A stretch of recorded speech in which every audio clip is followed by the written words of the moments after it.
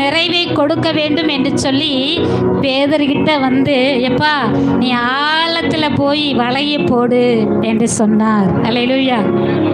அதுக்கப்புறம் தான் பேதர் சொல்றாரு, ஆண்டவரே நான் ராம் முழுவதும் என்ன பண்ண வலையை போட்டேன், ஆனால் ஒரு மீன் கூட கிடைக்கல. ஆயினும் உம்முடைய வார்த்தையின்படி நான் என்ன பண்ணுறேன், வலையை போடுறேன்னு சொல்லி வலையை போட்ட உடனே வலை கிழியத்தக்கதாய் கர்த்தர் மீன்களை கொடுத்தார்.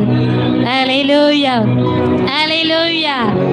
வலைகள் கிழியத்தக்கதாய் திரளான மீன்களை கொடுத்து கர்த்தர் பேதுருவை ஆசீர்வதித்தார். ஆமென். அது மாத்திரம் இல்லைங்க, 2 படகுகள் அமிழத்தக்கதான மீன்களை கொடுத்து கர்த்தர் பேதுருவை ஆசீர்வதித்தார். அல்லேலூயா, அல்லேலூயா. ஆமென்.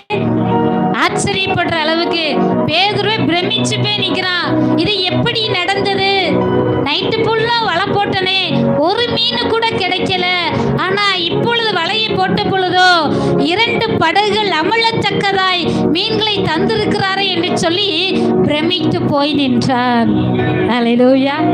அவனும் பிரமித்தான், அவனோடு கூட இருந்தவர்களும் பிரமித்து போனார்கள். அல்லேலூயா, அல்லேலூயா. பேதுரு இயேசு கிட்ட ஒரு வார்த்தை கூட சொல்லல. ஆனா பேதுருவின் கலக்கங்களை, வேதனையை, துக்கத்தை இயேசு நன்கு அறிந்திருந்தார். அவனுடைய துக்கத்தை இயேசு சந்தோஷமாய் மாற்றினார்.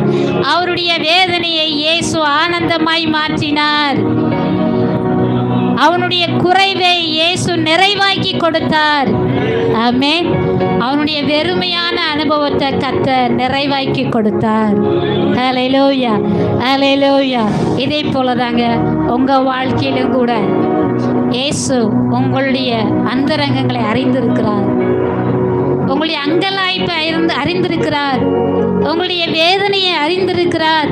உங்களுடைய தேவைகளை அறிந்திருக்கிறார். நீங்க வெறுமையான நிலைமையில உட்கார்ந்துட்டு இருக்கீங்க, அதையும் கர்த்தர் அறிந்திருக்கிறார். வெறுமையா தான் இருக்கு. ஆவிக்குரிய வாழ்க்கையிலும் வெறுமை தான். ஒரு சமாதானத்தை பார்க்க முடியல.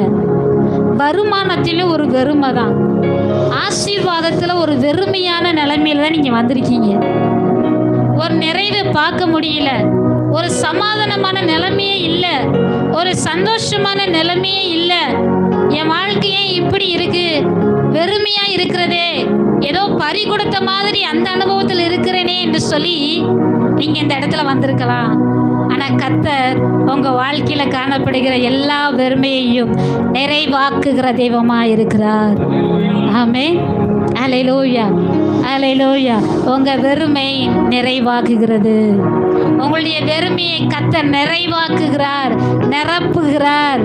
ஆமென். எம்டியான பாத்திரத்தெல்லாம் கர்த்தர் நிரம்பி வழிகிற பாத்திரமாய் கர்த்தர் உங்களை ஆசீர்வதிக்கிறவராய் இருக்கிறார். ஆமென்.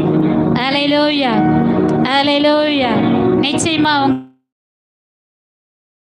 பிரமித்து போய் நின்றது போல, பேதுரு ஆச்சரியப்பட்டு நின்றது போல நீங்கள் ஆச்சரியப்படக்கூடிய அளவுக்கு, என் வாழ்க்கையில இப்படி நடந்தது என்று சொல்லி நீங்களே ஆச்சரியப்படுற அளவுக்கு, உங்கள் இருதயம் அதிசயப்பட்டு பூரிக்கக்கூடிய அளவுக்கு கர்த்தர் உங்க வாழ்க்கையில பெரிய காரியத்தை செய்ய அவர் ஆயத்தமுள்ளவராக இருக்கிறார். ஆமென். அல்லேலூயா, அல்லேலூயா. அதனால என் சூழ்நிலை யாருக்குமே தெரியலையே, எனக்கு உதவி செய்ய யாருமே முன்வரவில்லையே என்று சொல்லி கலங்காதீர்கள்.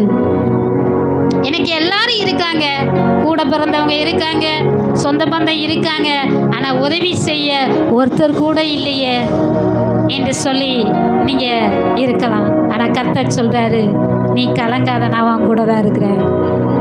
நீ திகைக்க வேண்டாம், நான் உன் கூட தான் இருக்கிறேன். தேவையை நினைத்து கலங்க வேண்டாம், நான் உன் கூட தான் இருக்கிறேன். அல்லேலூயா, அல்லேலூயா. நம்ம இன்னொரு சம்பவத்தை கூட நம்ம பார்க்க போறோம். 1 ராஜாக்கள் புஸ்தகம் 17ஆம் அதிகாரத்தை திருப்பிக் கொள்வோம்.